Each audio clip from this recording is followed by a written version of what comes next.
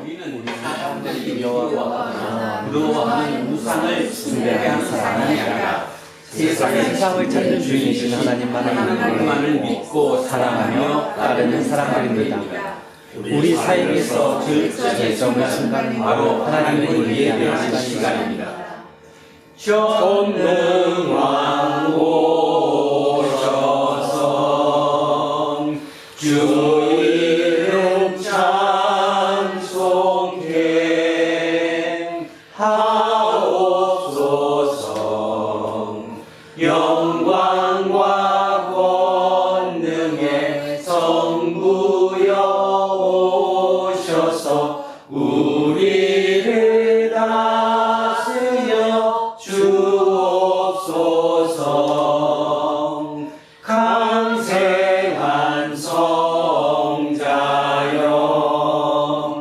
오셔서 기도를 들으소서. 택하신 백성들 복내려 주시고 거룩한 마음을 주옵소서. 위로의 주 성령 오셔서 큰 증거 주옵소서. 전능한 주시여 각 사람 마음에서 떠나지 마시고 계십소서.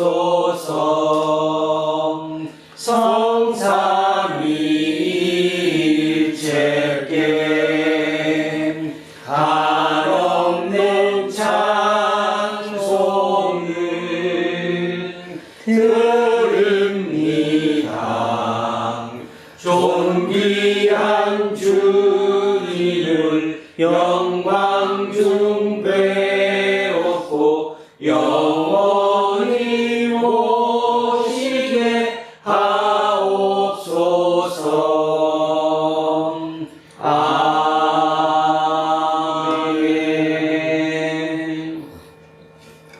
온 세계를 사랑으로 통치하시며 권능으로 완성하실 하나님, 당신만이 우리 삶의 근거이고 목표이며 내용입니다. 지금 우리 앞에 있는 모든 것들은 아무리 크고 화려하며 매혹적으로 보인다고 하더라도 바람처럼 순식간에 지나갑니다. 부분적으로만 참되고 부분적으로만 선하며 부분적으로만 의로울 뿐입니다. 알파와 오메가로 존재하신 하나님만이 연함을 통해서 영원히 변하지 않으시고 약함을 통해서 오히려 참된 능력을 보이시며 무로서 유를 가능하게 하시는 분이시기에 우리가 소리 높여 찬양하지 않을 수 없습니다. 하나님 홀로 우리가 바치는 영광을 받아 주십시오. 말씀과 산 전체로 임마누엘 되심을 온전하게 드러내신 우리 주 예수 그리스도의 이름으로 기도합니다. 아멘. 자비가 끝없으신 하나님, 우리는 생각과 말과 관계 맺음에서 미수가 어린 아이처럼 살아갑니다. 우리의 내면이 신앙적으로 단단하지 못하여 작은 일로 서로에게 상처를 주기도 하고 거룩한 영이신 성령을 근심케 하는 일도 종종 일어납니다. 사랑과 긍휼함이 충만하신 하나님께 자비를 구합시다. 주여 자비를 베풀어 주소서. 그리스도여 자비를 베풀어 주소서. 주여 자비를 베풀어 주소서. 하나님께서 여러분을 용서하셨으니 여러분도 이웃의 잘못을 용서하십시오. 아멘. 다 자리에 앉아 주십시오. 찬송가 252장입니다. 252장 찬송하겠습니다.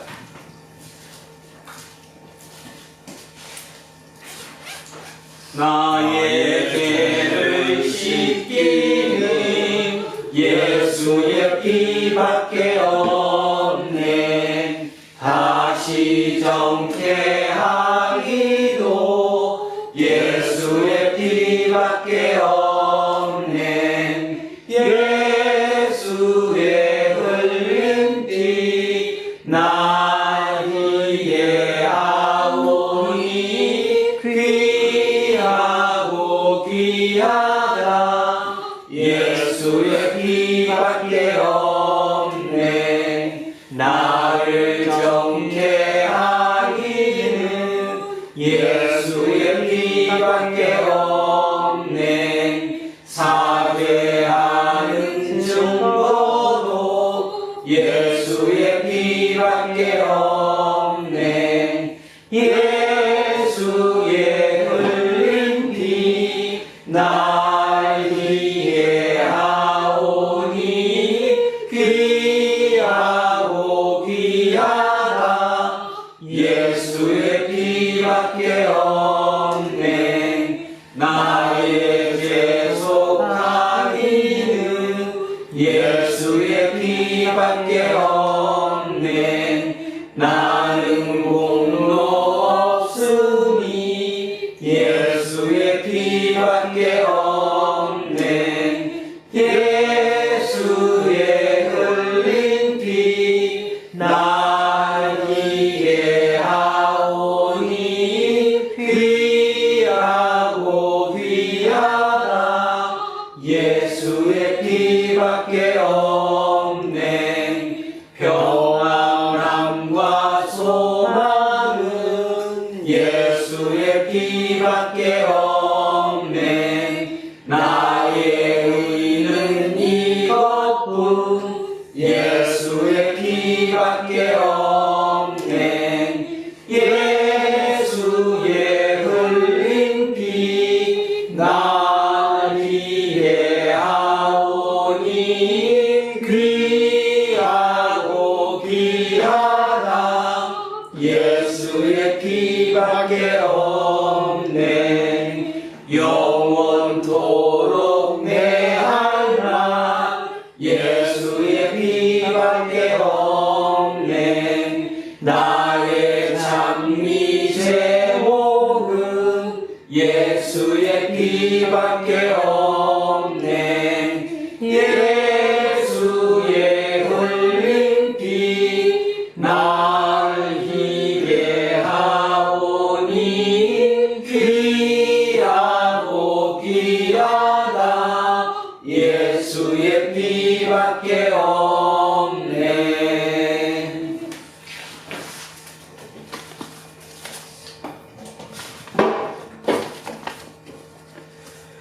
은혜가 충만하신 아버지 하나님, 한 주를 무사히 보내고 아버지의 말씀을 들으려고 이 자리에 꾸준히 나아오게 이끌어 주심 감사합니다. 우리가 아직도 갓난아이와 같아 많은 시간을 잠자고 또 먹을 것을 달라고 떼를 쓰나 점점 자라 옹알이를 하고 일어나 걷고 장래에는 부지런히 배워 아버지의 하시는 뜻을 온전히 알게 될 줄로 믿으니 이에 감사합니다. 지난 한 주간 우리는 갈릴리로 가는 삶을 살았는지 뒤돌아봅니다. 폭우가 내려 많은 사람들에게 어려움이 있었는데 나는 무엇을 생각하며 한 주를 보내었는가 반성하게 됩니다.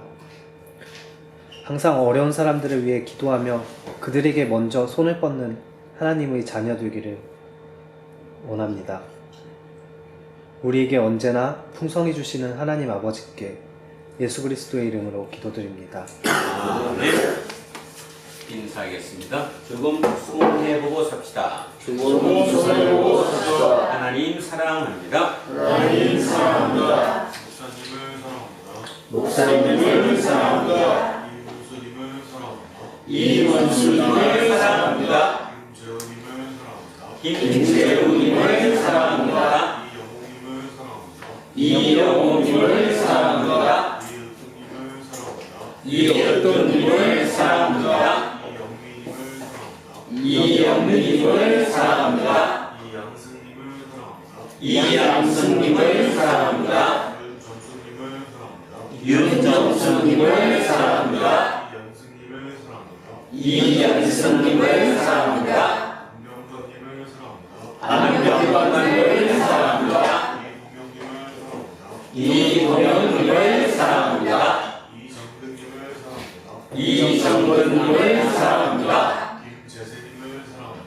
김재수님을 사랑합니다. 신학성님을 사랑합니다. 신학성님을 사랑합니다. 이한민님을 사랑합니다. 이한민님을 사랑합니다. 우리 천교수님을 사랑합니다. 우리 모두를 사랑합니다. 기도하겠습니다. 생명의 말씀으로 우리를 찾아오시는 하나님, 이제 우리 함께 주님의 말씀에 귀를 기울입니다. 우리는 그 말씀을 통해서 진리와 생명에 이르게 된다는 사실을 굳게 믿습니다. 모양은 화려하나 내용이 부실한 세상의 문자와 언어에 묶이지 않고 거룩한 영으로 충만한 하나님의 말씀에 온전히 집중하도록 우리 모두를 단단하게 붙들어 주십시오. 예수 그리스도의 이름으로 기도합니다. 아멘. 첫째 말씀 창세기 18장으로 갑니다. 맨 앞쪽에 21쪽입니다.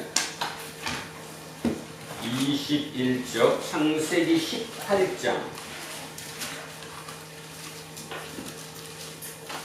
1절에서 10절까지 말씀입니다.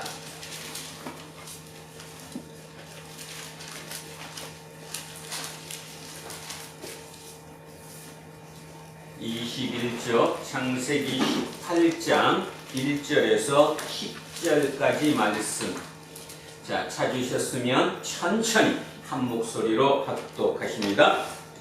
여호와께서 마므레의 상수리 나무들이 있는 곳에서 아브라함에게 나타나시니라. 날이 뜨거울 때에 그가 장막문에 앉아있다가 눈을 들어 본즉 사람 셋이 맞은편에 서 있는지라.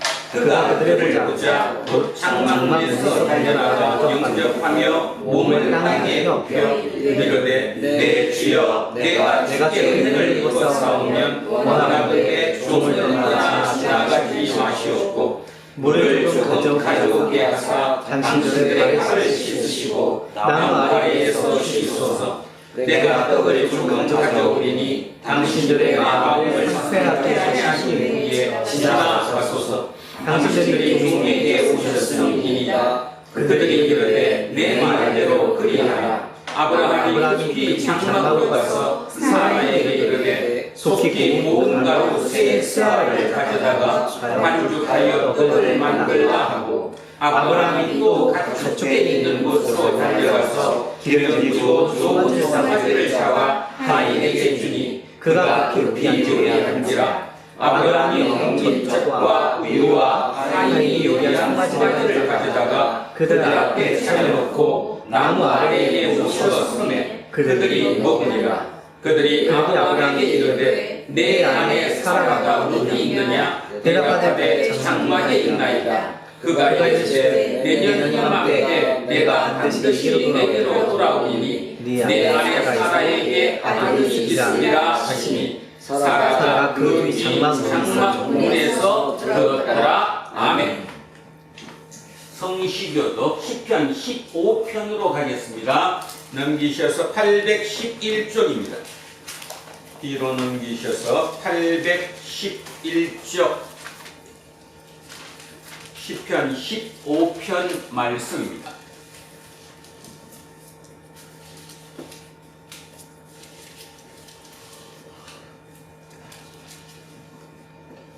자, 시편 15편입니다. 시작합니다.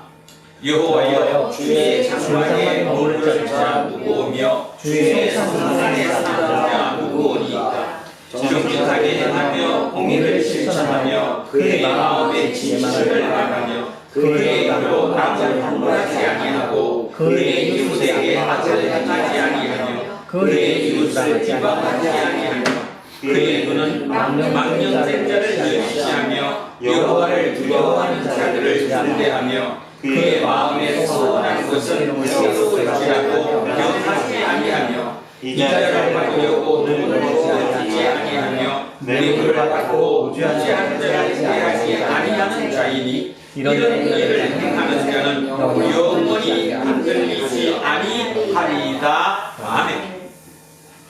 둘째 말씀 골로새서로 갑니다. 신약성서 324쪽입니다. 신약성서 324쪽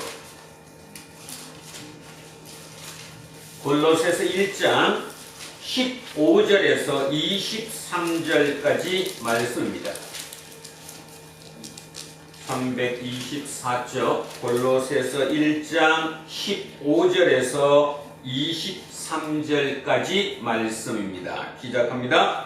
그는 보이지 아니하는 하나님의 형상이시요 모든 피조물보다 먼저나신 이시니 만물이 그에게서 창조되되 하늘과 땅에서 보이는 것들과 보이지 않는 것들과 혹은 왕권들이나 주권들이나 통치자들이나 권세들이나 만물이 다 그로 말미암고 그를 위하여 창조되었고 또 한 그가 만물보다 먼저 계시고 만물이 그 안에 함께 섰느니라. 그는 몸인 교회의 머리시라. 그가 근본이시요 죽은 자들 가운데서 먼저 나신 이시니 이는 친히 만물의 으뜸이 되려 하시며 아버지께서는 모든 충만으로 예수 안에 거하게 하시고 그의 십자가의 피로 화평을 이루사 만물 곧 땅에 있는 것들이나 하늘에 있는 것들이 그로 말미암아 자기와 화목하게 되기를 기뻐하시니라. 전에 악한 행실로 멀리 있거나 마음으로 원수가 되었던 너희를 이제는 그의 죽음으로 말미암아 화목하게 하사 너희를 거룩하고 먹고 생명할 것이 없는 자로 그 앞에 세우고자 하셨으니 만일 너희가 믿음에 거하고 더 위에 굳게 서서 너희들은 바 복음의 소망에서 흔들리지 아니하면 그리하리라. 이 복음은 천하 만민에게 전파된 바요 나 바울은 이 복음의 일꾼이 되었노라. 아멘. 셋째 말씀 누가복음 10장으로 갑니다. 111쪽입니다. 111쪽 누가복음 10장 38절에서 42절까지 말씀입니다. 111쪽 누가복음 10장 38절에서 42절 시작합니다. 그들이 길 갈 때에 예수께서 한 마을에 들어가심에 마르다라 이름하는 한 여자가 자기 집으로 영접하더라. 그에게 마리아 하는 동생이 있어 주의 발치에 앉아 그의 말씀을 듣더니 마르다는 준비하는 일이 많아 마음이 분주한지라. 예수께 나아가 이르되 주여 내 동생이 나 혼자 일하게 두는 것을 생각하지 아니하시나이까. 그를 명하사 나를 도와주라 하소서. 주께서 대답하여 이르시되 마르다야 마르다야 내가 많은 일로 염려하고 근심하나 몇 가지만 하든지 혹은 한 가지만이라도 족하니라. 마리아는 이 좋은 편을 택하였으니 빼앗기지 아니하리라 하시니라. 아멘. 오늘 주신 말씀입니다. 요한복음 8장 1절에서 11절 말씀입니다. 요한복음 8장 1절에서 11절 157쪽입니다. 자, 천천히 머릿속으로 그림을 그리시며 자, 오늘 주신 말씀 같이 합독하십니다. 예수는 감람성으로 가시니라. 아침에 다시 성전으로 돌아오시니 백성이 다 나아오는지라 앉으사 가르치시더니 서기관들과 바리새인들이 음행중에 잡힌 여자를 끌고 와서 가운데 세우고 예수께 말하되 선생이여 이 여자가 가늠하다가 흰자리에서 잡혔나이다. 모세는 율법에 이러한 여자를 도치라 명하였거니와 선생은 어떻게 말하겠나이까. 그들이 이렇게 말하면 고발할 조건을 찾고자 하여 예수를 시험하니라. 예수께서 몸을 굽히사 손가락으로 땅에 쓰시니 그들이 묻기를 맞지 아니하는지라. 이에 일어나 이르시되 너희 중에 줄 옮는 자가 먼저 옳지라 하시고 다시 몸을 굽혀 손가락으로 땅에 쓰시니 그들이 말씀을 듣고 양심의 책을 느끼며 어른을 택하여 젊은이까지 하나씩 나가고 오직 예수와 그 가운데서 여자만 남았더라. 예수께서 일어나사 여자 외에 아무도 없는 것을 보시고 이르시되 여자여 너를 고발하던 그들이 어디 있느냐 너를 정죄하지 않았느냐 대답하되 주여 주여 예수께서 이르시되 나도 나를 정죄하지 아니하노니 가서 다시는 죄를 범하지 말라 하시니라. 아멘. 자, 오늘은 돌고 돌아 다시 가치로라는 제목으로 하나님의 말씀의 은혜를 나누고자 합니다. 제목이 좀 그렇죠. 돌고 돌아 다시 가치로. 신문에 있는 칼럼 제목입니다. 의미가 있는 본문이고 또 이 제목을 여기에 붙인 이유 때문에 그 칼럼을 한번 읽어보겠습니다. 주보 뒤에 좀 글씨가 작지만 한번 생각하시며 들어보시기 바랍니다. 남규백 씨가 쓴 칼럼 AI 시대 돌고 돌아 다시 가치로라는 칼럼입니다. 지난 7월 17일자 서울경제신문 칼럼입니다.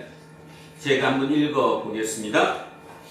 20세기 최고의 지성남인 알베로 까미가 시시포스의 신화에서 던진 도발적 질문이 있다.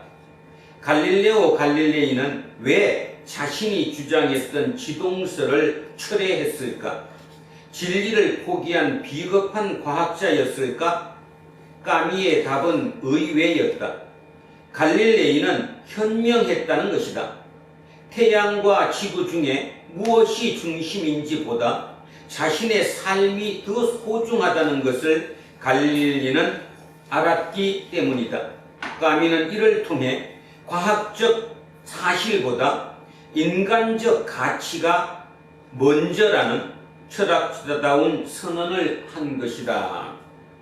잘 알고 계시는 거죠? 갈릴레오 갈릴레이가 지동설을 믿었습니다. 지동설이란 뭐가 돈다는 거예요?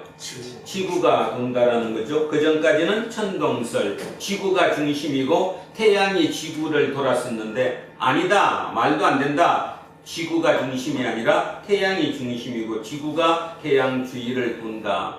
여러분 많이 들었던 얘기 있잖아요. 그리고 이제 자기가 부인하고 나와가지고 그래도 지구가 돈다 이런 얘기를 했다라는 그 유명한 얘기를 보면서 까미가 이렇게 얘기한 겁니다. 도대체 갈릴레이가 현명한 사람이다. 왜냐하면 인간이 살아가는데 태양이 중심이든 지구가 중심이든 자기가 아는 건 지식인 거지 그것 때문에 자기 자신을 희생시킬 이유는 없다. 뭐 이런 뜻이겠죠. 그래서 가장 중요한 인간적 가치가 가장 우선이다라고 봤다라는 겁니다. 자, 얼마 전까지 진리를 찾는 인류의 여정에서 사실의 방점을 찍는 과학은 가치로 중무장한 철학에 앞자리를 내주고 변방을 지켰다. 그러나 갈릴레이에서 이어 아이작 뉴턴, 알베르트 아인슈타인을 거쳐 스티븐 호킹에 이르는 과학의 대장정은 장엄했다. 수학적 논정과 객관적 검증이라는 양날의 복음을 앞세운 과학은 20세기 후반 마침내 철학을 왕좌에서 끌어내렸다. 지금 우리는 이 시대를 사는 거죠. 쉽게 말해서 가치가 중심인 그 시대를 사는 것이 아니라 과학이 중심이다. 과학은 객관적 진실이고 증명 가능한 거라는 거죠. 그래서 눈에 보이고 확실한 것만 믿겠다라는 거예요. 이렇게 교육받은 우리, 저를 비롯한 여기 계시는 그 대부분의 분들은 이 가치 추구보다는 현실에 집착하고 지금 살아가고 있는 거죠, 따지면. 자, 근데 이 칼럼니스트는 이제 그렇게 씁니다. 지금까지 인류 역사에서 따져보면 뭐가 우선이었는데, 가치 추구가 우선이었는데, 과학이 발달하면서 20세기 후반, 결국 약 100여 년 만에 이렇게 바뀌었다. 그 얘기를 하고 있는 것 같아요. 자, 세 번째 토막 읽겠습니다. 이러한 시대의 조류에 부응해 20세기 초 기술이 사회구조, 문화적 가치, 역사적 변화를 결정짓는 핵심 동인이라고 주장하는 기술 결정론이 등장했다. 기술 결정론은 컴퓨터의 확산, 인터넷의 등장, 모바일의 일상화로 난로 기세가 등등해지더니 최근 인공지능 시대를 맞아 전성기를 맞이한 것처럼 보인다. 그러나 역사는 또 다른 반전을 준비하고 있었다. 인간의 개입 없이 스스로 학습하고 추론하는 AI가 속속 등장하면서 그동안 과학철학 괴짜 철학자들의 전유물로 여겨졌던 가치가 갑자기 뜨거운 화두로 부상하고 있다. 우리는 준비할 시간도 없이 갑자기 등을 떠밀려 AI 세상에 들어왔다. 그리고 이제야 깨달았다. AI라는 강력한 도구를 손에 쥔 인류에게 정작 나침반이 없다는 것을. AI를 통해 우리가 추구해야 할 최종 목표는 무엇인가? AI 시대의 인간만의 고유한 가치는 무엇인가? AI가 인간을 대체할 때 우리는 어떻게 대응해야 하는가? 이처럼 본질적 질문들에 대해 인류는 빠른 답을 찾아야 하는 절박한 상황에 놓였다. 우리는 지금 이 시대를 살죠. 많은 사람들이 이렇게 생각하지만 또 더 많은 사람들은 이런 개념조차 갖지 않고 그냥 하루하루를 살죠. 쪼들려서 삽니다. 시간에 쫓겨서 삽니다. 시대의 조류, 시대에서 요구하는 그에 휩쓸려서 뭐가 옳은 것인지 알지 못하고 나침반 없이 가는 대로, 옆에 가는 대로 나도 따라가는 그런 시대를 삽니다. 자, 밑에 하겠습니다. AI는 인류에게 날개를 달아줄 것이다. 지금껏 뛰는 것이 전부였던 우리에게 비상하는 능력을 선사할 것이다. 하지만 어디로 날아갈지는 우리가 결정해야 한다. 목적지를 제대로 설정하면 꿈의 땅 엘도라도에 닿을 수 있지만 방향을 잘못 잡으면 영화 블레이드 러너의 디스토피아로 추락할 수도 있다.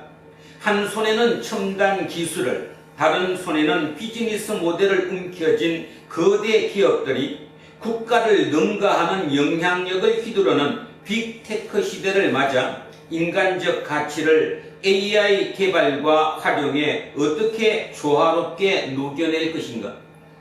굉장히 중요한 질문을 던지고 있고 지금 우리는 여기에 딱 걸려 있습니다. 그러니까 우리도 생각을 해보자는 거죠. 도대체 나는 누구이며 어떻게 살아야 하고 이 문명의 발달에 우리는 어떻게 대처해야 될 것인가? 그것을 생각하는 것이 어쩌면 주일날 나와서 하나님의 말씀을 듣는 것인지도 모릅니다. 하나님이 우리에게 요구하는 것이 뭘까를 생각해 본다는 거죠. 결국 이분 얘기대로 하면 하나님은 우리에게 예수라는 가치를 갖고 살아라. 그것이 너네들의 나침반이다. 이 얘기하는 거거든요. 그러니까 우리의 나침반은 절대적으로 진리인 예수 그리스도다. 그걸 한시라도 잊지 말라. 결국 그 얘기예요. 그래서 오늘 그런 의미에서 제목을 돌고 돌아 다시 가치로라는 제목을 달았습니다. 자, 마지막 단락 읽겠습니다. 1962년 10월 쿠바 미사일 위기 당시 미국의 존 F 케네디 대통령은 13일 동안 핵전쟁과 평화 사이에 아슬아슬한 줄타기를 하며 인류의 운명을 좌우하는 결정을 내려야 했다. 지금 우리가 처한 상황이 그때와 닮았다. AI에는 전례 없이 급발진한 기술 앞에서 촉박한 선택을 강요당하고 있으며 그 선택의 결과는 인류의 미래를 바꿀 것이다. AI라는 날개를 단 인류가 어떤 미래를 선택할지는 기술 자체가 아니라 우리가 추구하는 가치에 달려있다. 아주 중요한 얘기를 했습니다. 기술이 발전한다고 하지만 결국 우리의 미래는 우리가 추구하는 가치에 달려있다. 저는 여기다가 방점을 찍고 있습니다. 바로 그 가치가 누구냐는 거죠. 저는 개인적으로 이 가치가 바로 예수 그리스도라고 생각합니다. 결국 우리가 예수 그리스도에 돌아간다는 말, 그가 우리의 나침반이 된다는 말의 의미를 굉장히 알아들어야 될 것이며, 이제는 좀 전에 얘기했듯이 기술혁명 시대, 과학의 시대, 이런 시대에 무슨 하나님이 있고 무슨 예수를 따르냐, 그거는 도덕적 윤리적일 것뿐이다, 이렇게 얘기하지만 실제로 이제는 우리가 예수를 선택해야 할 절대절명의 그 지점에 우리는 지금 와 있다라고 생각합니다. 자, 기술 자체가 아니라 우리가 추구하는 가치에 우리의 미래가 달려있다. 까미가 갈릴레이를 통해 말하고자 했던 그 가치 말이다. 결국 뭐가 중요해요? 인간이 중요하다는 거죠. 인간의 가치를 중요시해준다는 그 얘기 말이다. 지금이야말로 사실에 밀려나 있었던 가치가 다시 무대 중앙으로 났을 때가 아닐까. 자, 남규백 씨가 쓴 칼럼이었습니다. 짧은 칼럼이었지만 굉장히 중요한 내용을 담고 있었던 것 같아서 오늘 이것으로 설교를 준비했습니다. 자, 예수님에 대해서 한번 다시 생각해보면, 여기 지금 이 말에 이 가치라는 말 대신에 예수로 대체해도 됩니다. 예수. 결국 우리가 인류가 생각하는 가치 중에 무슨 가치냐? 바로 예수죠. 예수는 하나님의 아들이고 그 하나님의 동등하신 삼위일체 그분이 이 땅에 오셔서 우리에게 기준을 제시해 준 거잖아요. 방향을 제시해 줬다는, 이렇게 살아야 한다라는. 그래서 그 가치, 그 기준점이 바로 예수다. 그래서 다음에 집에 가서 거기 가치라는 말 대신에 예수란 말을 한번 집어넣고 묵상 한번 해보시기 바랍니다. 굉장히 중요한 의미죠. 특히 젊은 친구들은 어떻게 살아야 할 것인가? 당장 하루하루 살기가 바쁘다. 그래서 그 바쁜데 무슨 그런 생각하고 사냐?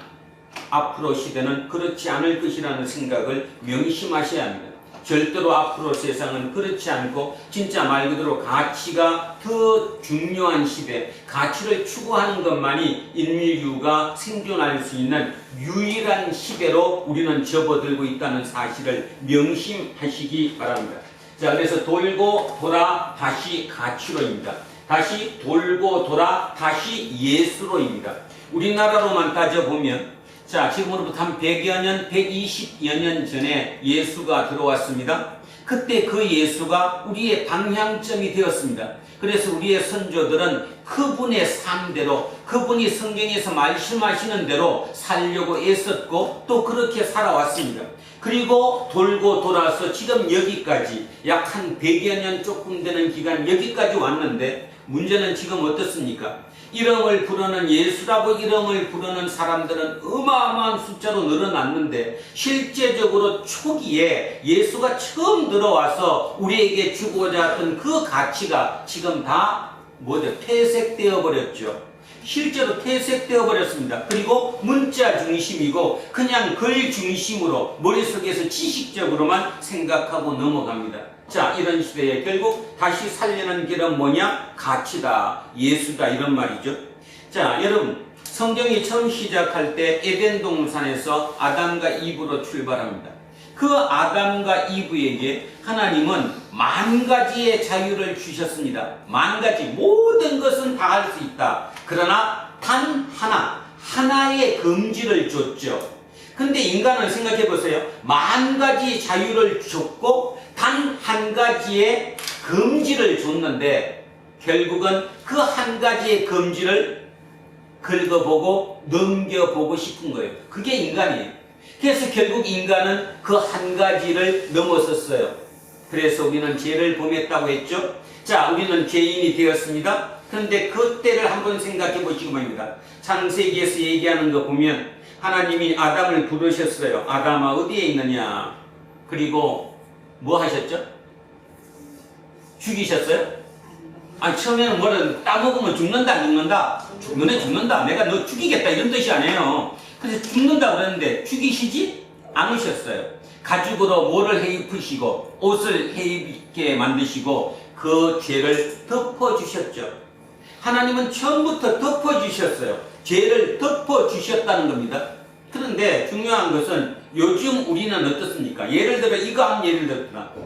저는 읽을 때마다 조금 열받는 게 하나 있으면 성경 중에 삭개오. 그 나쁜 놈을 예수님이 뭐 했어요? 용서해 주셨어요. 그래도 여러분은 뭐 와닿지 않죠? 그러면 삭개오를 이완용으로 바꿔보세요. 바꿔보시라고. 주님이 오셔가지고 원수 중에 절천지 원수고 친일파인 어쩌면 나라를 팔아먹은 그 이완용이를 용서해 주셨다니까요. 이해돼요? 안 돼요? 안 돼요. 안 되죠. 그죠? 근데 중요한 사실이 있습니다. 용서해주는 조건이 있잖아요. 다시는 죄를 짓지 말라. 그 말의 의미는 뭐예요? 이제 지금까지는 용서해 줄 테니까 지금부터 다시 살아라. 그래서 어떻게 했어요? 다시 산 삭개오가 옛날처럼 살았어요? 아니면 완벽하게 바뀌어서 살았어요? 바뀌어서 살았어요. 자기 재산을 논아줬어요? 안 논아줬어요? 논아줬어요. 다시 얘기하면 이완용이를 용서해 줬더니 그 이완용이가 독립군에 밀정이 돼가지고 독립군에 유익을 준 거예요.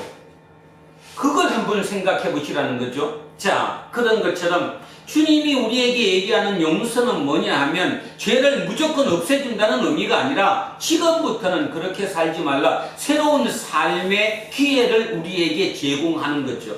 그래서 이게 반복되는 거예요.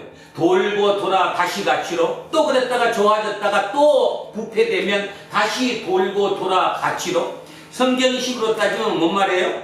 하나님께서 아담에게 죄를 범했지만 덮어주셨고 다시 인간이 또 죄를 범하고 그럴 때마다 선지자를 보내고 그리고 다시 또 가치로 왔다가 이렇게 계속 돌고 도는 이 텀이, 이 돌고 도는 텀이 길어야 되는데 대충 1000년 이후로부터 따지면 신학적으로 약 100년에서 150년마다 한 번씩 돕니다.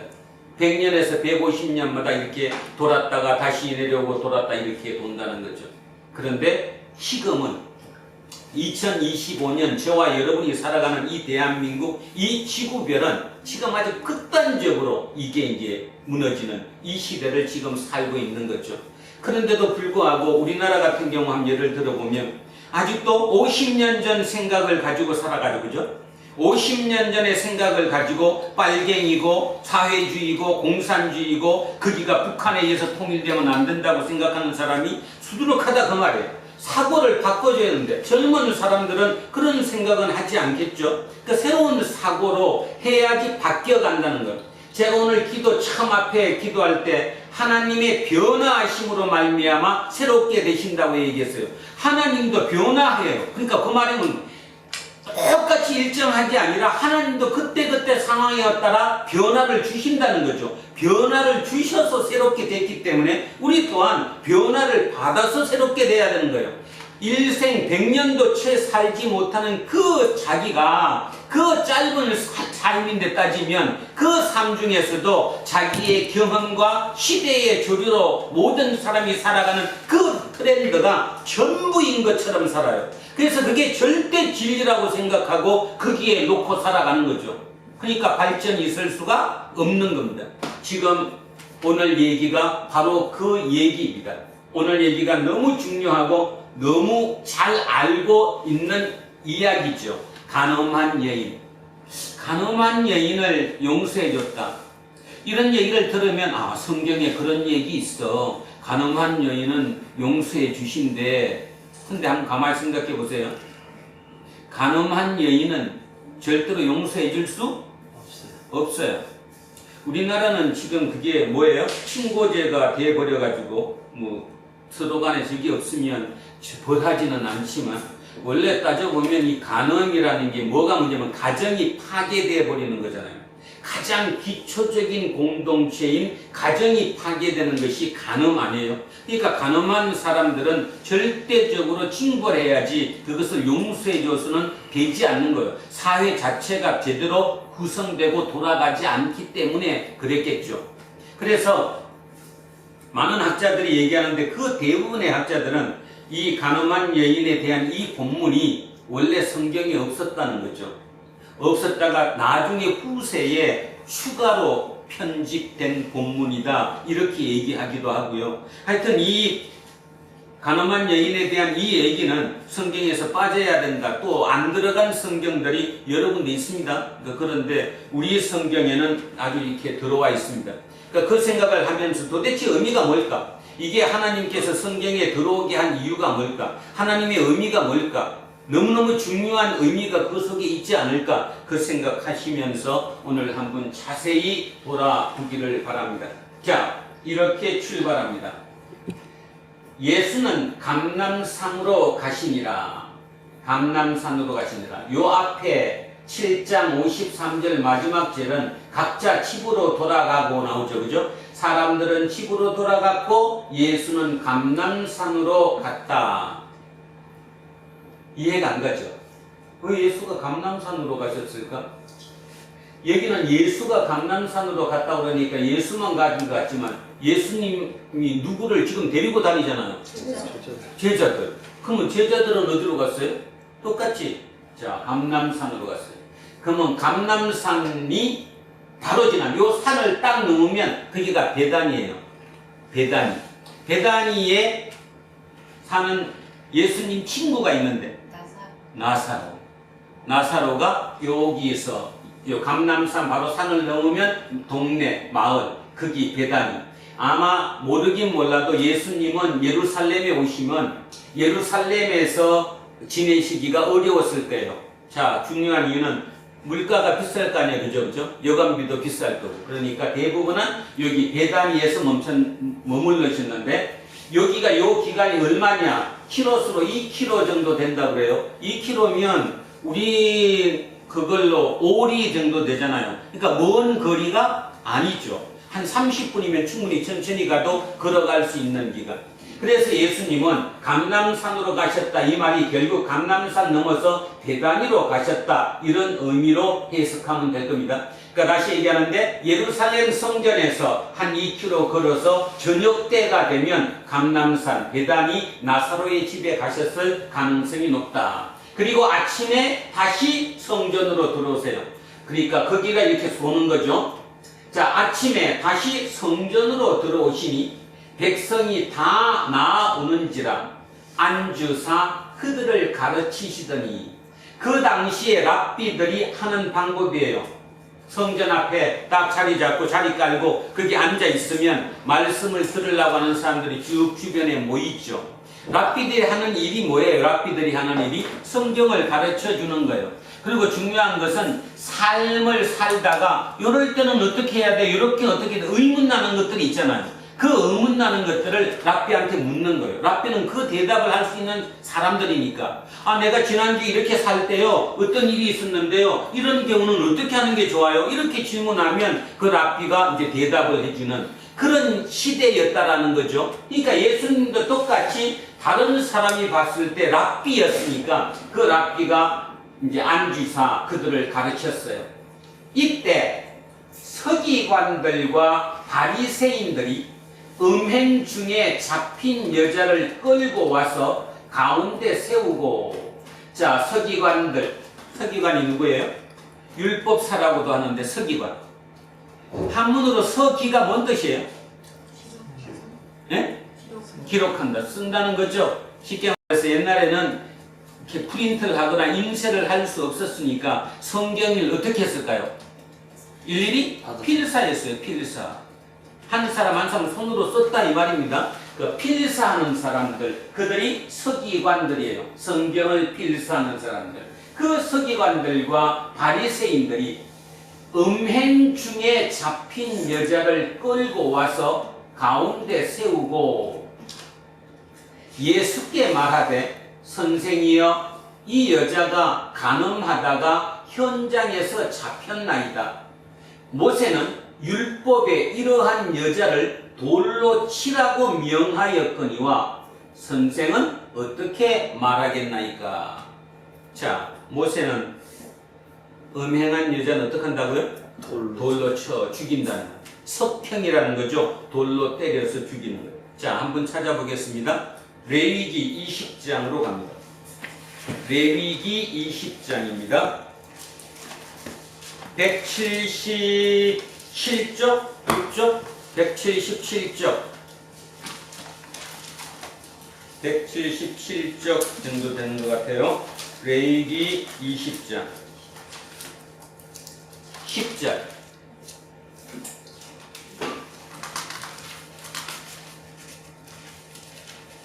자, 레위기 20장 10절 찾으셨습니까? 자, 같이 한번 읽습니다. 누구든지 남의 아내와 간음하는 자, 곧 그의 이웃의 아내와 간음하는 자는 그 간부와 음부를 반드시 죽일지니라. 반드시 죽일지니라. 가정을 파괴한 가정 파괴범이라는 거죠. 많습니다. 신명기 22장에도 있고요. 그 다음에 레위기 18장에도 그 내용이 많이 나와 있고요. 하여튼 이 음행에 대해서는 굉장히 강력한 처벌을 했고 돌로 때려 죽이는 석평에 처해야 했다, 이런 뜻입니다. 자, 그래서 모세는 율법에서 그렇게 돌로 치라고 명했는데 당신은, 그러니까 예수님이죠. 예수님 당신은 어떻게 말하겠습니까? 딜레마에 빠졌죠. 6절에 뭐라고 얘기했어요? 그들이 이렇게 말하면 고발할 조건을 얻고자 하여 예수를 시험함이니라. 예수를 시험하는 거예요. 테스트한다는 거죠. 너 걸려봐라. 이제 내가 너를 잡겠다라는 거죠. 예수는 테스트를 받았는데 지금 이 테스트, 음행한 여자를 잡아와서 모세의 율법에서는 돌로 쳐 죽이라고 얘기했는데 당신은 이런 케이스에, 이런 경우에 어떻게 하겠습니까? 이렇게 지금 시험을 테스트하는 사람이 누구라고요? 서기관과 바리새인. 결국 바리새인이에요. 바리새인. 그러면 질문하겠습니다. 사두개인들은 예수님을 어떻게 시험했죠? 사두개인. 지금 바리새인들은 음행한 여자를 들고 와가지고 율법에는 이게 돌로 쳐 죽이라고 그랬다. 그럼 당신은 어떻게 할 것이냐? 자, 한번 해보세요. 선택이 지금 두 가지입니다. 죽이라 그러면 어떻게 되고 죽이지 말라 그러면 어떻게 될까? 자, 죽여라 그러면 뭐가 문제가 돼요? 살인하지 말라고. 아니, 지금 이 사람이 예수님이 죽이라고 그랬지 직접 죽이는 게 아니니까. 그리고 율법에 죽이라고 돼 있으니까, 음행한 여자는. 그래서 예수님이 죽여, 돌로 쳐 죽여, 이렇게 얘기하면 뭐가 문제가 되느냐 하면, 뭐가 문제돼요? 실정법을 어기는 거죠. 실정법을 어기다는 말은 뭐 말이에요? 지금 율법, 종교법으로만 이스라엘이 돌아가지 않잖아요. 지금 어디에 지배를 받고 있어요? 로마의 통치를 받고 있으니까 로마의 시민법이 있잖아요. 그러면 로마의 시민법은, 로마의 법률은 뭐예요? 사형을 선고하는 것은 총독만이 할 수 있어요. 로마 총독만 사형을 선고할 수 있지, 예수님은 제3자인데 일반인인데 그가 돌로 쳐 이렇게 하면 죽이게 사형 선고를 하면 문제가 된다는 거죠. 그래서 누구한테 걸려요? 총독한테 잡혀가겠죠. 그죠? 로마법에 예수님은 잡혀가는 거예요. 그러면 치지 말라 그러면 어떻게 돼요? 돌로 치지 말라. 뭐를 어기는 거예요? 율법을 어기는 거지. 돌로 치지 말라 그러면. 그러니까 지금 완전히 딜레마에 빠진 테스트를 하고 있는 겁니다. 자, 그러면 다시 돌아가서 사두개인들은 어떻게 예수를 시험했느냐? 여러분 잘 알고 있는 형사 취수 제도죠.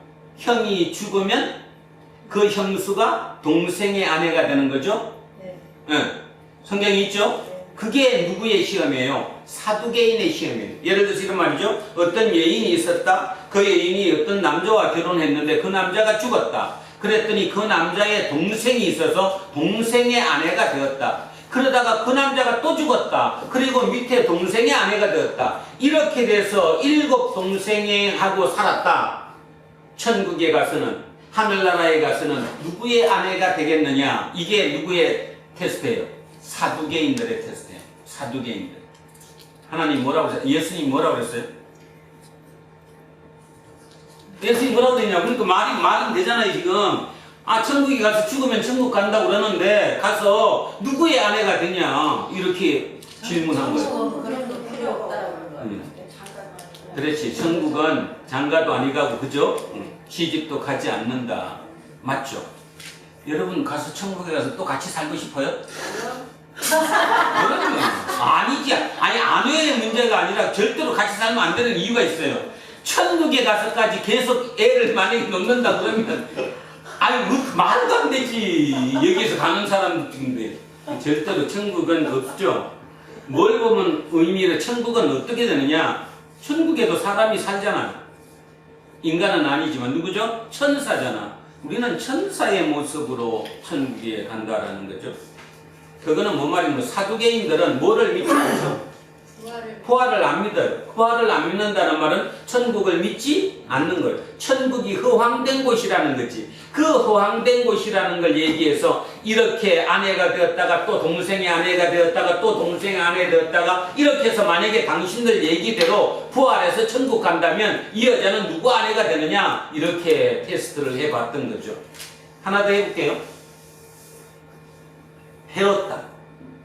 헤롯 땅들도 예수를 테스트했는데 바로 그 유명한 가이사에게 세금을 바쳐야 되느냐 말아야 되느냐. 가이사에게 세금을 바쳐야 합니까? 바치지 않아야 합니까? 예수님의 답은 가이사의 것은 가이사에게, 하나님의 것은 하나님에게.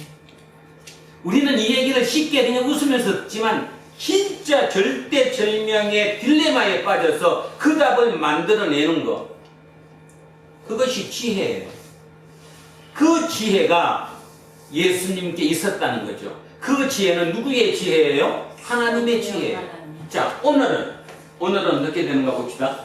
오늘은 이제 바리새인들의 테스트인데, 바리새인들은 음행한 여자를 데리고 와서 이 여자는 모세의 율법에 따라서는 돌로 쳐 죽이라고 돼 있는데 당신은 어떻게 하겠습니까? 자, 이 딜레마에 예수의 답을 한번 보겠습니다. 자, 6절 합니다. 그들이 이렇게 말하면 고발할 조건을 얻고자 하여 예수를 시험함이러라. 예수께서 몸을 굽히사 손가락으로 땅에 서시니. 그림 한번 잘 그려보세요. 지금 많은 사람들이 음행한 여자를 잡아갖고 지금 가운데 들고 온 거예요. 예수님이 지금 어떻게 있죠? 앉아있어요. 예수님이 어떻게 있냐고? 앉아 계셔요. 그렇다고 의자에 앉았겠어요, 그죠? 그냥 책상들에 앉았던 게 가부좌를 틀고 앉았던 앉아 있겠죠. 그리고 그 앞에 사람들이 옹기종기 모여서 예수님의 말씀을 듣고 있었겠죠. 그럴 때 저쪽에서 한 무리가 돌멩이를 들고 그 여자를 잡아서 끌고 예수님 앞으로 지금 온 거예요. 자, 그 여자를 그냥 세워뒀을까요? 끌어안쳤을까요? 그죠? 네. 당연히 안 쳤겠죠. 그러면 눈높이가 누구랑 눈높이가 맞았어? 예수님과 눈높이가 맞았겠죠. 네. 그 예수님과 눈높이가 맞았던 그 여인, 그죠? 사람들은 어떻게 할 거냐고 질문했을 때 예수님은 바로 대답을 하지 않고 어떻게 했다는 거예요? 그 앉은 자세에서 숙였다는 거예요. 네. 숙였다는 거예요. 잘 한번 생각해 보세요. 여러분, 내가 지금 막 흥분돼서, 그죠? 막 기세가 등등해서 막 이제 따지려고 간 거예요. 그 사람이 일어서서 내 눈과 맞떨어지면 이제 완전히 붙는 거죠, 한 판. 그죠? 진짜 한 판 붙는 거예요.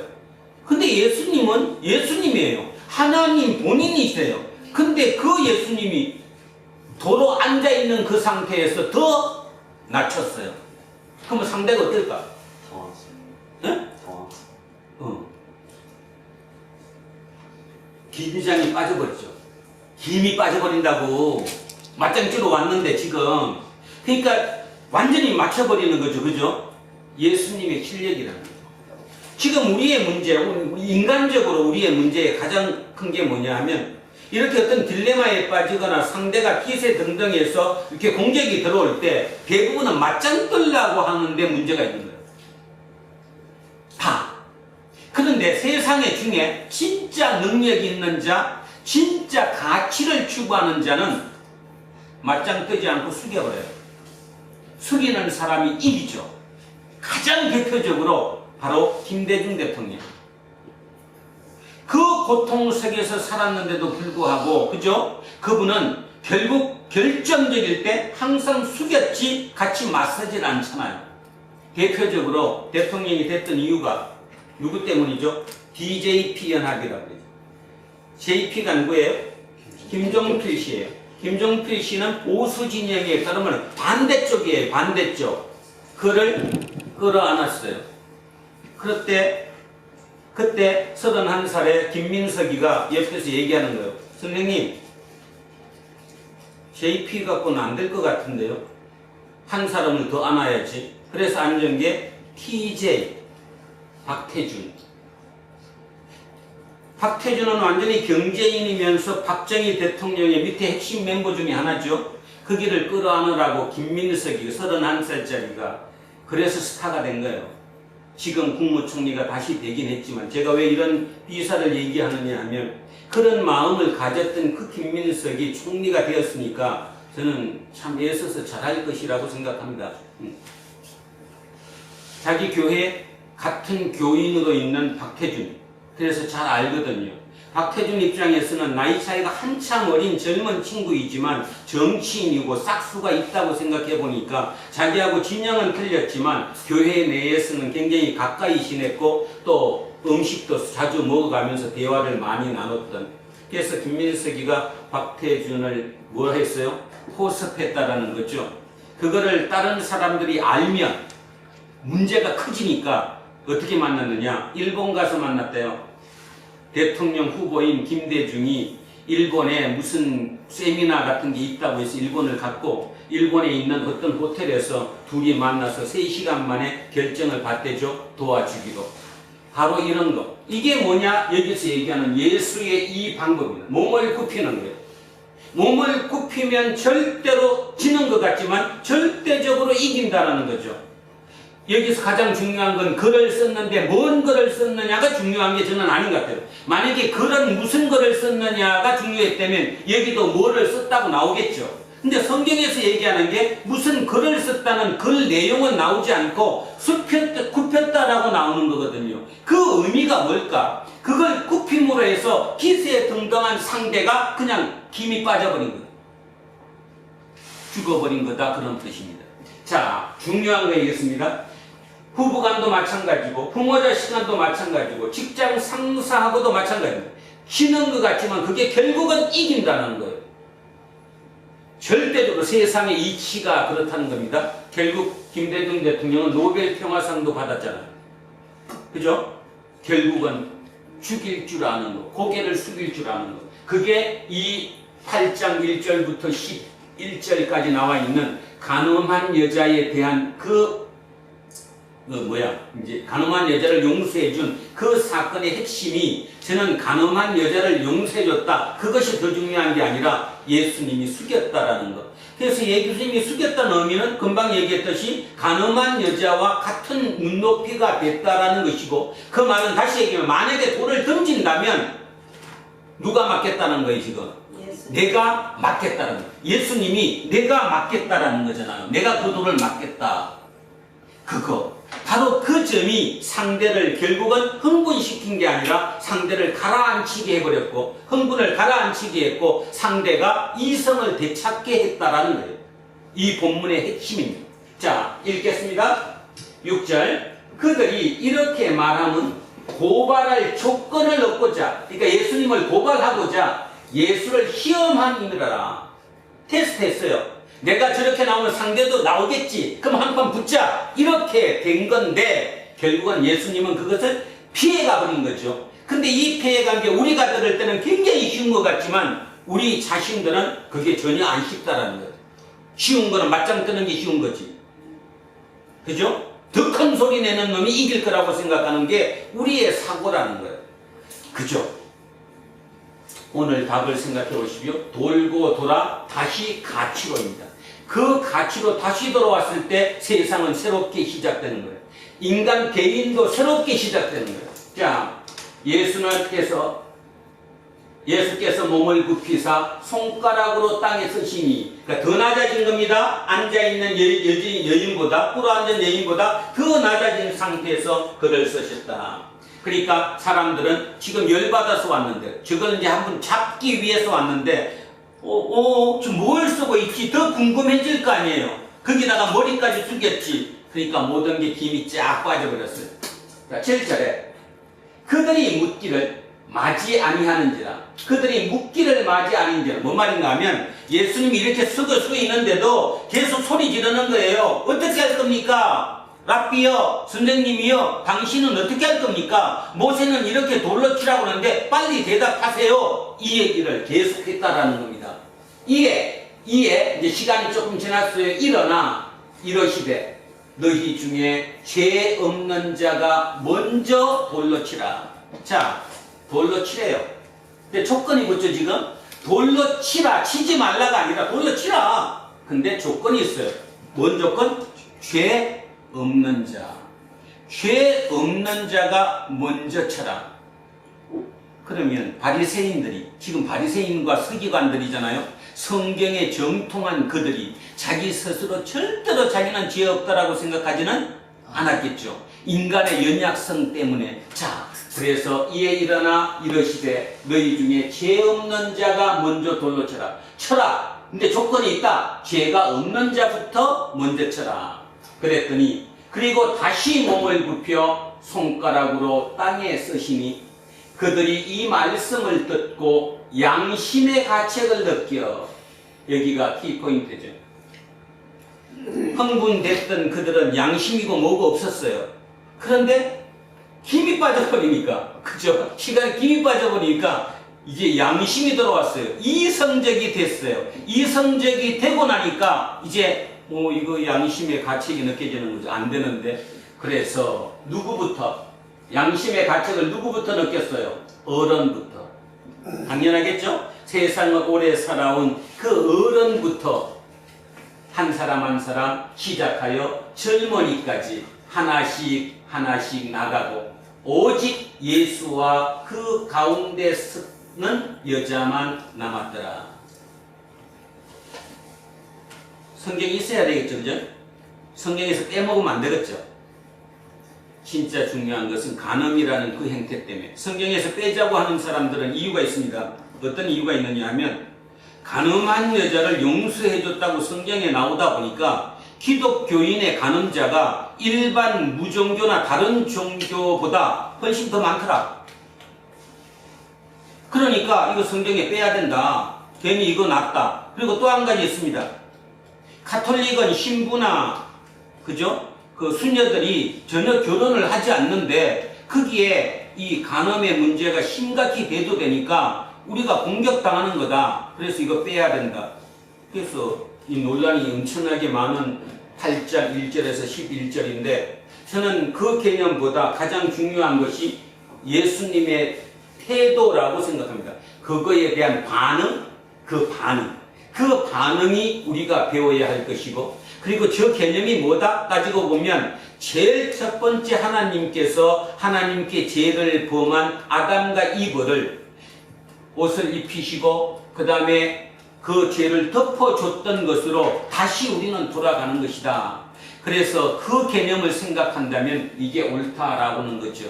자, 그리고 중요한 거 아까 이완용 얘기했지만 이완용을 용서해준다? 말이 안 된다. 근데 조건이 뭐잖아요? 용서해주는 대신에 지금처럼 살면 안 된다. 완전히 다르게 살아라. 그래서 우리가 그냥 이 상상으로 이완용이가 회개해가지고 독립군의 중요한 그지 일꾼이 되었더라. 그렇다면 그것은 옳은 것이죠. 그런 개념처럼 지금도 마찬가지라는 겁니다. 마찬가지. 이 정부가 지금 지난번 정권에 대해서 많은 그거를 정리해야 된다고 특검을 만들고 있는데 제가 보건데 저 특검 때문에 성공하지 못합니다. 저거는 어떤 이유든 간에 어떤 이유든 인간 자체는 사 속에 선과 악이 같이 들어가 있기 때문에 저걸 타낸다고 해서 없어지지 않거든요. 절대로 없어질 수가 없는 거예요. 저나 여러분 누가 똑같이 이 사람들 봐요. 이 사람들이 음란한 죄가 있어요. 요거 조금 더 깊이 묵상하면 저는 이런 개인적으로 묵상을 합니다. 잡혀온 여인의 지금 모습이 어땠을까요? 머리는 헝클어졌고, 그죠? 음행하다가 잡혀왔으니까 옷도 제대로 입지 못했을 것이고, 어쩌면 전무덤이 다 겉으로 나와 있을지도 모르고, 그런 상태에서 말 그대로 그 여인의 모습을 보면서 마음속에, 그죠? 음란한 감정을 느끼지 않은 인간이 있을 수 있을까? 저는 절대로 없다고 생각합니다. 그 모습을 보고 인간 속에 그렇게 모든 게 숨어 있으니까. 그러니까 아마 예수님이 쓰셨다면 그렇게 쓰지 않았을겠어요? 간음하는 것도 아니 음욕을 품는 것도 간음함이다. 음욕을 품는 것도 간음이다. 여기에서 자유로울 수 있는 자는 돌로 쳐라. 만약에 예를 들어서 그렇게 썼다면 누가 감히 하겠어요? 근데 지금이면, 지금 2025년이면 어떨 것 같아요? 양심이 없으니까, 양심의 가책을 아예 안 받아버리니까 일단 먼저 거꾸로 역으로 더 뭐한 놈이 성질낸다고 먼저 칠 것 같아요. 먼저 침으로써 나는 당당하다는 걸 표시하고 싶어 하신 거겠죠. 그죠? 그렇겠지만 그래도 그 당시는 양심이 있었어요. 아직까지 양심이 있고 양심의 가책이 있었으니까 그래서 이 사람들이 물러갔더라, 이 얘기입니다. 자, 그래서 이 본문에서 오늘 우리가 깊이 기억해야 할 것, 어떤 경우든 하나님이 우리에게 주는 메시지의 가장 결정적인 것은 뭐냐? 다시 인간 본연으로 가야 된다. 죄로 가는 것이 아니라 인간 본연으로 가야 된다. 그것이 인간의 가치다. 인간의 가치로 가는 것만이 우리가 영원히 살 수 있는 유일한 길이다. 이 방법. 그래서 아까 그 남규택 씨가 쓴 칼럼처럼 진짜 AI 시대에 돌고 돌아 기술 같은 실제적인 어떤 이득이 아니라 가장 중요한 것은 기술보다 인간의 가치가 우선돼야 한다. 그 얘기 답과 이 답이 일맥상통 맞아 들어간다고 저는 생각을 합니다. 자, 우리에게도 가장 중요한 게 뭐냐? 가장 중요한 게 우리에게 뭐냐? 하나님에게로 돌아가는 것. 다시 그 가치에 천착하는 거예요. 그것이 우리의 나침반이 되게 만드는 거예요. 지난주에 잘못하고 내가 죄를 졌다고 마음속에 하면 내일부터는 하지 않아야 되는 거예요. 근데 지난주일에 나는 죽어도 죄 안 짓겠습니다. 그렇게 안 살겠습니다. 해놓고 이번 주에 똑같은 걸 끝없이 반복하는 거예요. 끝없이 반복하고 나와서 회개기도 하고 또 반복하고 회개기도 하고. 그거 아니라는 겁니다. 지금 얘기하는 건 그 얘기를 하는 게 아니라는 거예요. 끊으라는 거예요. 끊는 것이 회개예요. 회개는 돌이키는 거예요. 이제 그렇게 살지 않겠다라는 거예요. 자, 예수님의 마지막 답을 한번 보시기 바랍니다. 10절 갑니다. 예수께서 일어나사 여자 외에 아무도 없는 것을 보시고 이르시되 여자여 너를 고발하던 그들이 어디 있느냐? 너를 정죄한 자가 없느냐? 대답하되 주여 없나이다. 예수께서 이르시되 나도 너를 정죄하지 아니하노니 가서 다시는 죄를 범하지 말라 하시니라. 자, 여기가 키포인트죠. 다시는 죄를 범하지 말라. 이제 내가 너를 용서해 줬으니 이후부터는 절대로 다시 그리로 돌아가지 말아라. 자, 이완영이가 독립군이 됐다니까요. 용서해 줬더니 그렇다면 용서해 줘야지. 근데 이완영이를 용서해 줬더니 똑같은 이완영이를 또 반복한다. 그러면 용서할 수가 없는 거죠. 그죠? 자, 지금 우리는 이 시대를 살아갑니다. 시대의 조류에 우리는 어쩔 수 없이 휩쓸려 살 수밖에 없어요. 그것을 우리 스스로 살 때는 그렇게 크게 못 느끼다가 국회 청문회라든가 이런 거를 보면서 그래 세상적으로 성공했다는 저 사람들의 지금까지 살아왔던 과정을 보니까 다 흠이 있네. 그리고 끝없이 공격을 하죠. 그 공격이 따지면 바로 나에 대한 공격이에요. 나에 대한 공격이라는 거죠. 물론 모두가 그럴 수는 없고 또 그 위치에 오르는 사람이 그런 결격 사유를 가지고 오르면 안 되겠지만 그럼에도 불구하고 결국은 죄는 용서하는 거죠. 죄는 용서, 장관을 시키라는 소리가 아니라 그 죄는 우리가 용서해 줄 수 있다는 겁니다. 그죠? 용서한다고 해서 장관이 되는가 하면 별개니까. 자, 그런 것처럼 우리 시대는 그 시대를 열심히 살았던 열심히 살았다는 말은 진짜 남들처럼 시대의 조류에 맞춰서 시대의 흐름에 맞춰서 그에 따라서 남 사는 것처럼 치열하게 살았던 사람들의 결론이 다 문제가 되더라라는 거죠. 그런데 생각해 보십시오. 그분의 자녀들이 그분의 나이가 됐을 때 과연 세상적으로 그렇게 살 수 있을까? 과연 그들은 양심의 가책을 느끼지 않을까? 어떻게 사는 것이 옳을까? 예수님은 오늘 우리에게 이 얘기하는 거예요. 진짜 너 천국을 믿어? 하나님을 믿어? 하나님이 당신들 아버지임을 진짜 믿어? 그렇다면 그 아버지에게 가야 되는 거 아니야? 이 땅에 사는 삶에 아니라고 얘기하면서도 끝없이 이 세상 기준에 맞춰서 그 기준에 맞춰 살라고 얼마나 치열하게 살아. 근데 치열하게 살았던 그 삶의 흔적이 세월이 흘러서 다 문제가 되지 않아? 지금 그 얘기하는 거잖아요. 저도 이 얘기하면서도 마음속에 그렇게 좋지 못합니다. 찝찝하죠. 뭐 너는 아니냐? 저도 똑같아요. 똑같지만 문제는 뭔 말인가 하면 그렇다고 해서 내가 그렇다고 해서 성경을 달리 해석할 수는 없잖아요. 그죠? 내가 그렇다고 해서 성경을 다르게 나한테 맞춰서 합리화시켜서 설교할 수는 없잖아요. 그리고 그렇게 읽으면 안 되는 거잖아요. 그런 면에서 저나 여러분이나 성경을 조금 더 구체적으로 읽으면서 하나님 앞에 한 발 한 발 다가설 수 있으면 참으로 좋겠습니다. 제 아내가 어저께 차 타고 오면서 저보고 그러더라고요. 당신은 애들 생각을 얼마나 해? 나는 그렇게 안 해. 기도하지 그냥. 하나님 어떠미하고 함께 해주세요. 하나님 한빈이랑 오늘도 함께 해주세요. 그러면 끝나지 뭐 계속 생각해. 사람 생각을 그렇게 안 하느냐. 진짜 사람 생각 많이 안 해요. 왜냐하면 개인적인 사람의 생각을 많이 한다기보다는 우리 교인들 한 사람 한 사람을 위해서 매일 얼굴 떨리고 기도는 하겠지만 어떻게 살았는 게 답이다. 또 저들에게 무언가를 심어주는 것이 옳은 일이다. 이거에 대한 생각을 더 많이 해요. 근데 그걸 제가 할 수 없으니까. 그래서 성령님께서 오시면 저를 도와주시면 그래도 조금이나마 그렇게 되지 않을까 그 생각을 많이 하죠. 그 연약함에 대한 생각을 많이 하고. 자, 이것도 마찬가지입니다. 이 여인도 일부러 죄를 짓고 싶어서 지었겠어요? 세상의 흐름이었겠죠. 흐름. 그죠? 특히 2025년 대한민국은 뭐 제가 말 안 해도 알죠? 말하기 거북합니다. 얼마나 음란한가에 대해서. 다른 사람 얘기를 빗대자면 이재철 목사님이 100주년 기념교회에 설교하시면서 자기 교회 집사들 얘기하는 걸 듣고 진짜 울면서 얘기하는 그분의 그 생각을 난 항상 가지고 있었어요. 대부분 목사님한테 전화 오는 통화의 많은 부분이 바람난 거래요. 당신 교회 무슨 집사, 우리 교회 누구랑 바람났다 뭐 이런 얘기. 그죠? 우리 가정을 깨지고 있다는 얘기. 음란해요. 진짜로 그렇게 음란해요.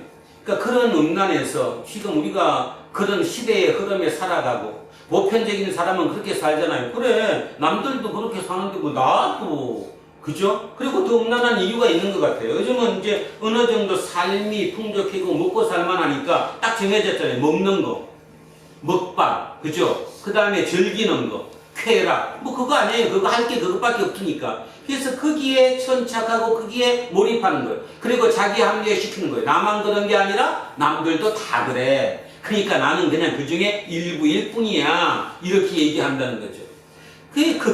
그것이 과연 하나님의 뜻이냐는 이거예요. 아니죠. 틀림없이 그건 아니잖아요. 그러면 우리는 절대적으로 하나님의 말씀에 하나님이 오늘도 이곳에 와 계신 게 말씀으로 우리에게 오셨다는 그 생각을 하면서 그 말씀에 맞춰서 내가 그 말씀에 이겨내지 못하는 연약한 자이면은 틀림없지만 성령님의 도심을 구해가면서 그거를 하루하루 이겨내는 삶을 살아가는 게 우리의 삶이잖아요. 그래야 우리가 하나님 옆에 당당하게 하나님 그래도 참 잘 살았어요. 하나님 옆에 손잡고 함께 살고 싶어요. 할 수 있어야 되지 않겠어요? 그것이 옳은 거 아니에요? 그런데 우리는 거기서 너무 멀어졌다는 의미에서 오늘 예수님께서 간음한 여인을 용서해 주시는 조건을 기억하셔야 합니다. 내도 너를 정죄하지 않는다. 저거의 조건, 아주 말은 간단했지만 저 의미는 뭔 얘기예요? 당신이 졌던 그 죄가 없는 게 아니다. 근데 그 죄를 내가 지겠다. 다시 얘기하면 돌멩이를 내가 맞겠다. 예수님의 십자가 죽음은 돌멩이 맞고 죽은 거랑 똑같은 거예요. 아니에요? 맞잖아. 예수님이 십자가 죽음이라는 것은 그 여인이 맞아야 할 돌을 자기 머리에 친 거라고요, 지금. 그래서 십자가에 돌아가셨어요. 그러니까 뭐라고 할 수 있어요? 너 안 맞아도 돼. 너 대신에 내가 죽는 거야. 대신에 조건이 있어. 네가 내 대신 살아줘. 오늘 우리에게 그 얘기하는 거야. 너 내 대신에 네가 살아줘. 내가 돌 맞을게. 그게 예수의 십자가예요. 그 십자가를 깊이 한번 생각한다면 우리가 만들어야 할 이 땅의 하나님 나라 뭔지 조금 구체화시킬 수 있지 않겠어요? 그래서는 우리 재우고 제세고 한빈이고 요한이고 요셉이고 어떤이고 이 젊은 애들이 생각이 바뀌기를 바라요. 예수의 가치로. 그 예수의 가치를 가지고 그냥 맨날 집에서 뒹굴라는 소리가 아니에요. 그 가치를 가지고 내가 세상에 당당히 서야죠. 서서 내가 새로운 기준이 돼야 된다는 거예요. 친구들 기준, 세상의 조류가 기준이 되는 게 아니라 예수쟁이로서 예수의 가치가 세상의 기준이 돼야 된다는 거예요. 요즘 김민석 총리가 욕을 많이 얻어먹어요. 새벽기도 댕긴다고. 그래서 자기는 새벽 총리가 되겠다는 그 말을 사람들이 어떻게 받아들이냐 하면 너만 새벽기도 하냐? 나도 새벽기도 한다. 근데 새벽기도 한다고 총리 더 잘하냐? 저는 그걸 그렇게 받아들이지 않습니다. 진짜 새벽기도 나가서 마음을 다스려고 성경 말씀 하나를 푸고 하루를 살아왔던 그 세월이 국무총리를 하면서도 그렇게 살아달라는 거예요. 힘들겠지만 그렇게 살아주면 그것으로 그분은 하나님의 자녀로서 역할을 감당하는데 부족함이 없을 것이라는 거죠. 그거 아니에요? 그거죠. 그리고 대단하잖아요. 그 젊은 나이에 서울대 총학생회장에다가 전대협 의장에다가 그렇게다가 30대 초반에 국회의원을 달고 진짜 최고의 정치 지도자 옆에서 핵심 멤버를 했던 그 사람이 결국은 순간의 판단 한 번 미스로 18년 동안 아무 일도 못하고 집에서 놀았던, 쉽지 않겠죠. 그때 하나님이 잡아주셨다는 거예요. 그 18년을. 그래서 사람들은 요셉이라고 얘기하죠. 요셉이처럼 그렇게 고통을 이겨내고 됐다.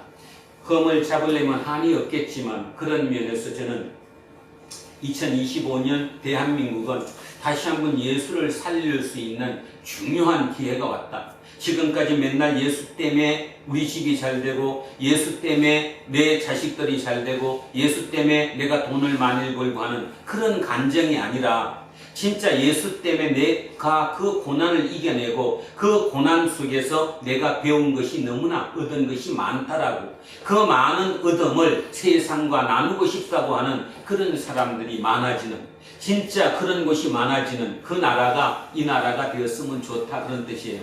그래서 그분이 롤 모델이 되어서 우리의 지금 젊은 친구들이 나도 저렇게 살아봐야지, 나한테 고통이 왔을 때도 저 고통을 내가 받아들여서 나를 성찰하는, 나를 더욱더 성숙시키는 그걸로 삼을 수 있게 만드는 그런 역할, 그렇게 될 수 있는 우리가 되기를 소망합니다. 우리 모두 기도할 때마다 우리 두란노 교회 적은 인원에 대해서도 얘기하고 우리가 세상에 힘이 되게 해달라고 기도하지만 저는 이 정도만 돼도 많다고 생각합니다. 충분하다고 생각합니다. 왜냐하면 우리는 미래를 우리가 확실히 모르기 때문입니다. 하나님이 이 중에 누구를 통해서 누구를 만지셔서 당신의 큰 일꾼으로 세우실지 우리는 알 수 없죠. 그러나 상상은 할 수 있습니다. 항상 그렇게 마음속으로 깊이 상상하며 음행한 여자를 율법의 축이라고 얘기했지만 그 율법에서 건져내신 그 예수님의 그 통찰력, 예수님의 그 생각, 그 사고, 그것을 진심으로 이어받고 묵상하는 저와 여러분 되시기를 주의 이름으로 축원드립니다. 아멘. 자, 오늘 본문 천천히 생각하면서 같이 합독하십니다. 예수는 감람산으로 가시니라. 아침에 다시 성전으로 들어오시니 백성이 다 나아오는지라 앉으사 그들에게 가르치시더니 서기관들과 바리새인들이 은행중에 착한 여자들을 끌고 와서 가운데 세우고 예수께 말하되 선생이여 이 여자가 가늠하다가 현장에서 현장에서 잡혔나이다. 모세는 물법이 이러한 여자들을 놓치라 명하였거니와 선생은 어떻게 말하겠나이까. 그들이 이렇게 말하면 고발할 조건을 얻고자 하여 예수를 시험함이라. 예수께서 몸을 옮기사 손가락으로 땅에 쓰시니 그들이 인기를 맞지 아니하는지라. 이에 일어나 이르시되 너희 중에 죄를 없는 자가 먼저 돌로 치라 하시고 다시 몸을 굽혀 손가락으로 땅에 쓰시니 그들이 이 말씀을 듣고 양심이 가책을 느껴 어른으로 시작하여 젊은이까지 하나씩 나가고 오직 예수와 그 가운데서 남았다. 예수께서 일어나사 여자 위에 아무도 없는 것을 보시고 이르시되 여자여 너를 노리고 가는 그들이 어디 있느냐 너를 정죄한 자가 있는 자가 없느냐 대답하되 주여 없나이다. 예수께서 이르시되 나도 너를 정죄하지 아니하노니 가서 다시는 죄를 범하지 말라 하시니라. 아멘. 살아계신 아버지 하나님, 오늘 아버지 말씀을 들으면서 우리는 생각해 봅니다. 우리 모두는 저 음행한 여자처럼 그 수만 가지, 만 가지의 자유를 주셨지만 단 하나 금지한 그것을 행하는, 그래서 하나님께 죄를 범하고야만은 연약한 인간임을 깨닫습니다. 그런데 오늘 그 말씀을 통해 내가 진정 죄인임을 깨달음으로 말미암아 하나님의 용서를 구합니다. 주님께서 내 죄를 위하여 십자가에 지셨다는 그 의미를 오늘 온전히 깨닫습니다. 내가 맞아 죽어야 할 그 도를 주님께서 대신 맞으시고 죽어주신 것입니다. 그리고 말씀합니다. 이것은 네 죄가 아니라 내 죄다. 하나님께서 하나님 스스로를 자책하시고 자기의 죄로 돌리심으로 말미암아 우리를 다시 살려주시고 우리에게 새로운 기회를 주셨습니다. 그 기회를 받은 자로서 이제 이 땅을 살아가는 그 시간 동안 최선을 다해 열심으로 살아갈 수 있도록 우리를 도와주십시오. 그러면서 다시 한번 주님께 부탁드립니다. 성령님께서 온전히 우리와 함께하게 하시고 성령님의 이끄심에 우리가 순종하며 따라가게 하옵소서. 그래서 당신의 나라 이 땅에 이루어지게 하시고 그 이루어지는 그 과정 속에 우리 한 사람 한 사람이 행복감을 느끼며 살아갈 수 있는 귀한 시간들로 이어지게 하옵소서. 감사드리며 거룩하신 우리 주 예수 그리스도의 이름으로 기도합니다. 아멘. 전부여 의지 없어서 손 들고 옵니다. 주 나를 외면하시면 나 어디 가리까. 내 죄를 씻기 위하여 피 흘려 주시니 고백게 하는 마음으로 주 앞에 옵니다. 전부터 계신 주께서 영주를 죄인은 보혈로 구해 주시니 그 사랑 한없네.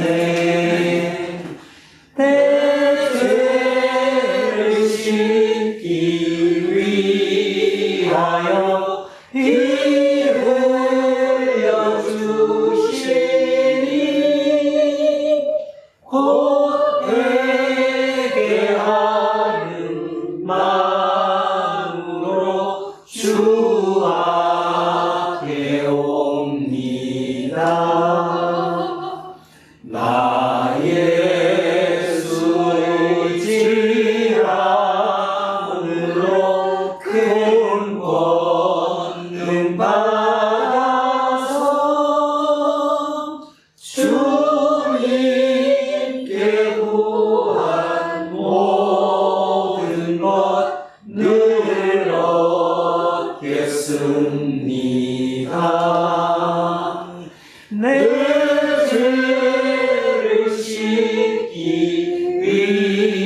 위하여 피 흘려 주시니 곧 회개하는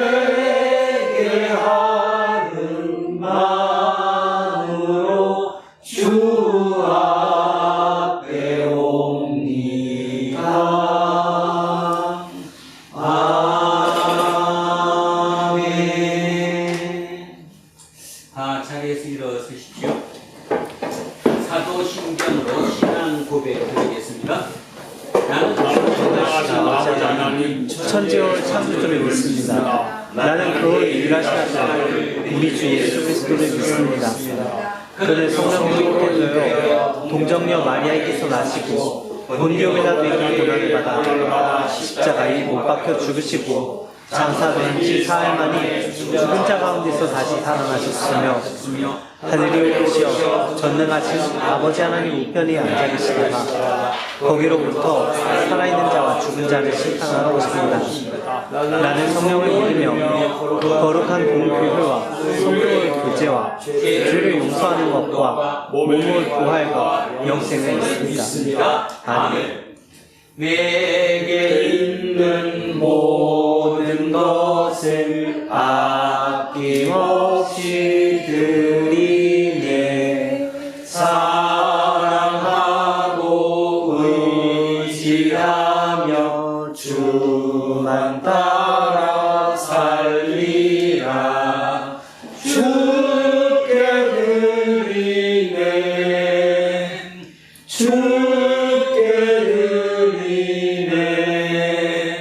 사랑하는 구주 앞에 모두 드리네. 오늘도 이 예물에 주님께서 주신 말씀, 그 말씀을 우리 속에 새긴 그 말씀입니다. 돌고 돌아 다시 가치로라는 제목처럼 우리는 다시 또 예수라는 가치로 다시 돌아가야 할 시대임을 깨닫게 해주시며 그 깨달음, 그 마음을 이 예물에 담아 함께 올려드립니다.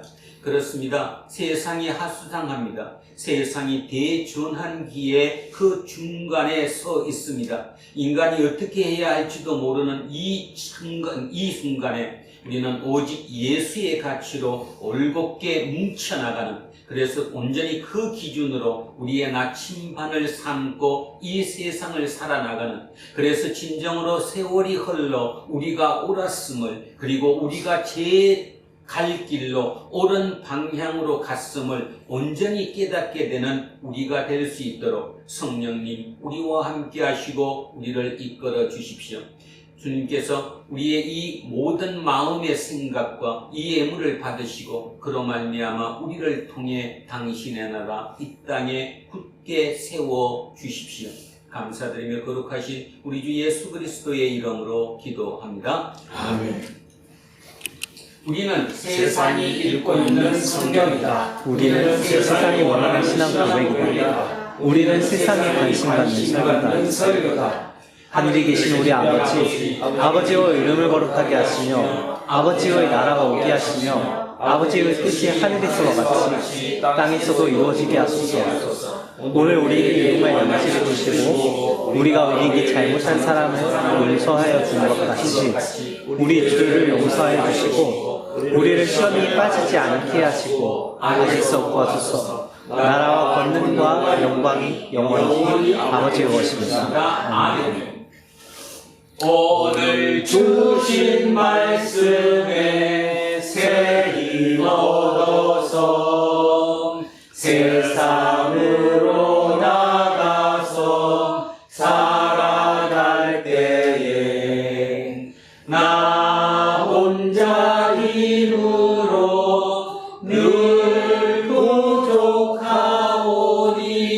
주여 나를 도우사 승리하게 하소서. 아멘. 이제 성령 강림 후 6째 주일 공동 예배가 끝났습니다. 각자 삶의 자리로 돌아가십시오.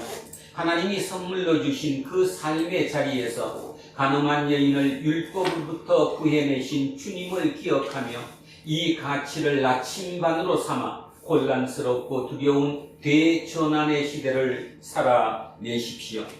이제는 우리 주 예수 그리스도의 은혜와 하나님 아버지의 영원하신 사랑과 성령님께서 우리와 함께 하시고 우리를 이끄심이 오늘 이곳에 고개 숙인 우리 모두에게와 우리의 자녀들과 가정 위에 일터와 사업체 위에 그리고 이 나라 이 민족 위에 이제로부터 영원토록 함께 하시기를 간절히 축원하옵나이다. 아멘.